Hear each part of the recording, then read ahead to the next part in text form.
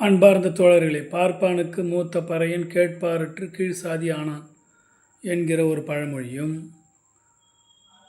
நண்டு அதாவது சங்கு சுட்டாலும் வெண்மை தரும் என்கிற ஒரு முதுமொழியும் முதுரை பாடலும் இங்கே நாம்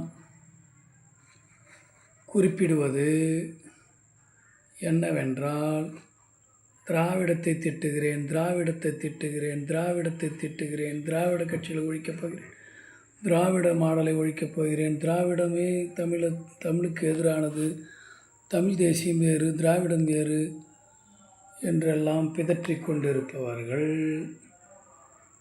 நேரடியாக பிராமணியம் அதாவது ஆரியம் நேரடியாக தமிழியத்தை அழிக்க முடியவில்லை.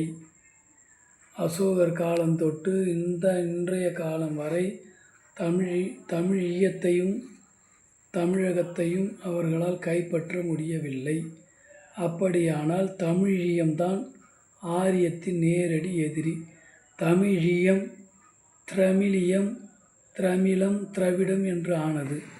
எனவே அவர்களுக்கு தெரியும் திராவிடம் என்றாலே தமிழம்தான் என்று அவர்களுக்கு தெரியும். ஆரியத்தை பேசுபவர்களுக்கும் ஆரிய கருத்தியலுக்கும் திராவிடம் என்பது தமிழியம் மட்டும்தான் என்று அவர்களுக்கு தெரியும். அதில் எங்கும் கன்னடமும் கலித்தெலுங்கும் அதாவது துளு மலையாளமும் எல்லாம் அதில் இல்லை என்பது ஆரிய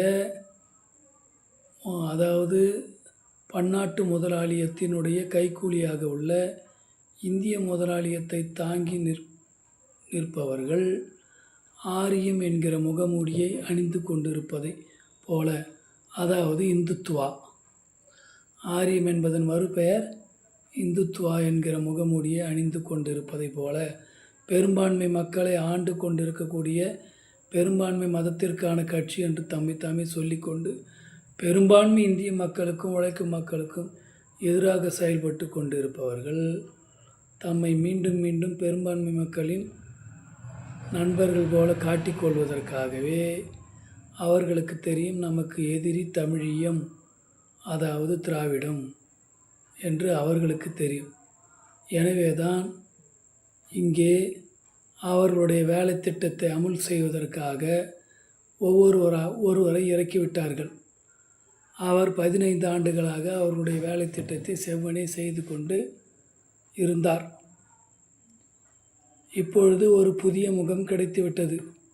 நடிகர் முகம், கவர்ச்சியான முகம், பெண்களை கவரும் முகம், பெரும்பான்மை இளைஞர்களை கவர்ந்த முகம், சிறு பிள்ளைகள் முதல் 45 அதாவது 35 வயது உடையவர்கள் வரை அனைவரையும் கவரும் முகம் தமக்கு கிடைத்துவிட்டது. இதற்கு முன்னதாக ரஜினியின் முகத்தை தேடினார்கள். அது அவர்களுக்கு வசப்படவில்லை. அடுத்ததாக ஒரு முகத்தை தேடினார்கள், வசப்பட்டு விட்டது. அங்கனம் வசப்பட்ட முகத்தை கொண்டு தமது வேலைகளை முடிப்பதற்கு சுலுவாகிவிட்டதனால் பழைய திராவிட ஒழிப்பாளரினுடைய வேலை முடிந்து விட்டதனால் அவரை ஓரங்கட்டிவிட்டு இவரை முன்னுக்கு கொண்டு வந்து விட்டார்கள். இதுதான் திராவிடத்தை எதிர்ப்பவர்களுடைய வேலை. எனவே எவன் ஒருவன் திராவிடத்தை எதிர்க்கிறானோ அவன் நேரடியாக தமிழையும் தமிழியத்தையும் பூர்வ தமிழரான பறையரையும் நேரடியாக எதிர்க்கிறான் என்பது பொருள்.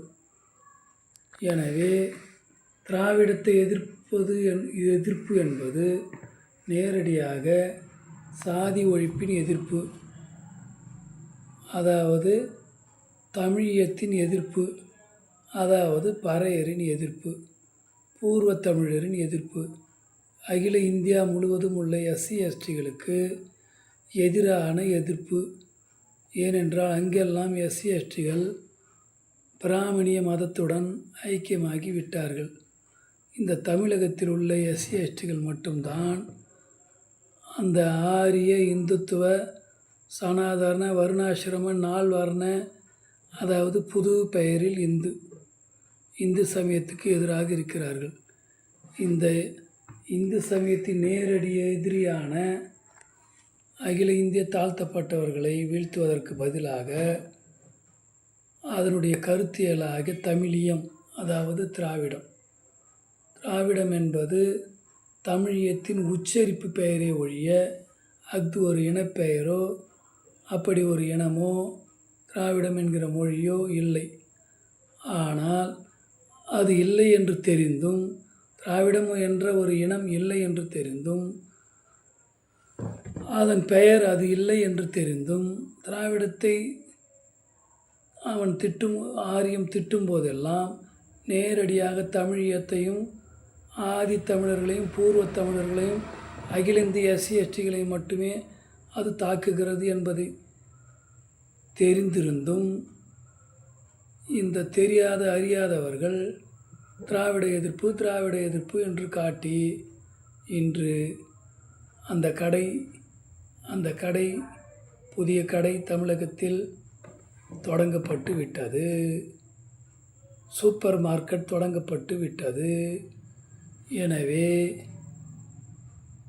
புதிய திராவிட எதிரி தமிழகத்தின் பெயராலே கட்சி வைத்து கொண்டு வந்துவிட்டார். மக்களே, இனியும் திராவிட எதிர்ப்பாளர்களை நம்பாதீர்கள். திராவிட எதிர்ப்பு என்பது ஆதித்தமிழர் எழுப்பு. முன்னதாக நாம் இந்த குடியுரிமை சட்டத்தை பற்றி குறிப்பிடும் பொழுது கூட ஆப்கானிஸ்தான், பாகிஸ்தான், பலுக்கிஸ்தான் மற்றும் வங்காளதேச இஸ்லாமியர், பங்களாதேஷினுடைய இஸ்லாமியர், அதே சமயத்தில் ஈழத்தமிழருடைய தமிழர், இவர்களை மட்டும்தான் அவர்கள் குறிவைத்து அதாவது குடியுரிமை சட்டத்தில் சேர்ப்பதில்லை. ஏனென்றால் நான் மேலே குறிப்பிட்ட யாவரும் பூர்வ தமிழர்கள். ஆக வர்ணாசிரம நால்வர்ண சமயமாகிய இந்து சமயத்தின் பெயரால் நடக்கும் ஆட்சி அதற்கு தெளிவாக தெரிகிறது. இந்தியாவின் பூர்வ குடிகள் தான் நம்முடைய எதிரிகள் என்று தெரிகிறது. அவர்கள் ஆப்கானிஸ்தானிலும் பலுக்கிஸ்தானிலும் பாகிஸ்தானிலும் இஸ்லாமியர்களாகிவிட்டார்கள். பங்களாதேஷிலும் இஸ்லாமியராகிவிட்டார்கள். ஈழத்தில் அவர்கள் இந்துக்களாகவே இருக்கிறார்கள். எனவே தமிழீழ இலங்கை இந்துக்களுக்கும் குடியுரிமையே கிடையாது, மேலே குறிப்பிட்ட இஸ்லாமியர்களுக்கும் குடியுரிமை கிடையாது என்கிறார்கள். இதை எல்லாத்தையும் கூட்டி வைத்து பார்ப்போமேயானால் இந்தியாவின் பூர்வ குடிகளை தான் இந்த பெரும்பான்மை மத கட்சி எதிரி என்று சொல்கிறது. இதை மறைப்பதற்காகத்தான் பூர்வ குடிகளில் ஒருவரை குடியரசுத் தலைவராக்குவதும் பூர்வக்குடி பழங்குடியில் ஒருவரை குடியரசுத் தலைவராக்குவதும் அவர்களை சரியான நேரத்தில் கோவில்களில் குடமுழக்கில் அடிக்கால் நாட்டுதலில் படியேற விடாமல் தடுப்பதும் மிகச்சரியாக செய்கிறார்கள். எனவே திராவிடத்தை எதிர்ப்பது என்பது இங்கே தமிழியத்தையும் பூர்வ தமிழரையும் எதிர்ப்பதே ஆகும். அது மட்டுமல்லாமல் அகில இந்தியாவிலும் உள்ள பூர்வ தமிழர்கள், அதாவது ஷெட்யூல்டு காஸ்ட், ஷெட்யூல்டு ட்ரைப்ஸ் ஆகியவர்களை எதிர்ப்பதே ஆகும் என்பதை புரிந்து கொண்டு ஏழை உழைப்பாளி பூர்வ தமிழர்களே, அகில இந்தியா முழுவதிலும் உள்ள உழைப்பாளி வகுப்பு பட்டியல் பழங்குடியினர்களே, இத்தகைய இந்து போர்வையில் நாட்டை சீரழிக்கும் சக்திகளை இனம் காணுவோம். அதற்கு அதன் உள்ளேவே சென்று மந்திரி பதவி வாங்கி கொண்டு பல மாநிலங்களில் சீரழிந்து போனவர்களையும், அதனுடைய தேசிய ஜனநாயக கூட்டணியிலேயே சில தாழ்த்தப்பட்டோர் கட்சிகள் சென்று சீரழிந்து போவதையும் இனங்கண்டு முற்போக்கு, சமய சார்பின்மை, பொதுவுடைமை இயக்கங்களில், வர்க்க ஒழிப்பு இயக்கங்களிலேயே நாம் இந்த சாதி ஒழிப்புகளையும் செய்வோம்.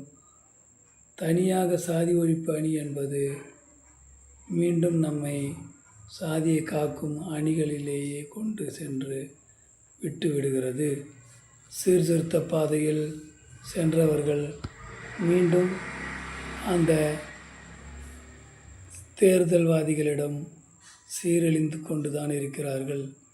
தமிழ்நாட்டு சட்டப்பேரவை தேர்தலில் வெற்றியை தீர்மானிக்கும் சக்தியாக இருந்த பூர்வ தமிழர்கள் ஒட்டுமொத்தமாக சீர்திருத்த கட்சியாகிய விசிகாவை விடுத்து இனவாத கட்சியில் திரண்டிருந்த நாத்தாக்காவை விட்டு இப்பொழுது திரைப்பட பாணியில் ஓடிப்போய் எப்பொழுதும் போல் திராவிடத்துக்கு எதிராக ஓடிப்போய் வெற்றி பெறும் சக்தியாக தாழ்த்தப்பட்ட இளைஞர்கள் நின்று விட்டார்கள். எனவே அனைத்து வகைப்பட்ட இளைஞர்களும் அணிதிரள வேண்டியது சமுதாய மாற்றம் என்று சொல்லக்கூடிய வர்க்க ஒழிப்பு கட்சிகளாகிய உண்மையான பொது உடைமை கட்சிகளிலேயே இந்த வர்க்க ஒழிப்பு கட்சிகளிலேயே தான் சாதி ஒழிப்பும் நிகழும் என்பதை கூறிக்கொண்டு விடைபெறுகிறோம். நன்றி, வணக்கம்.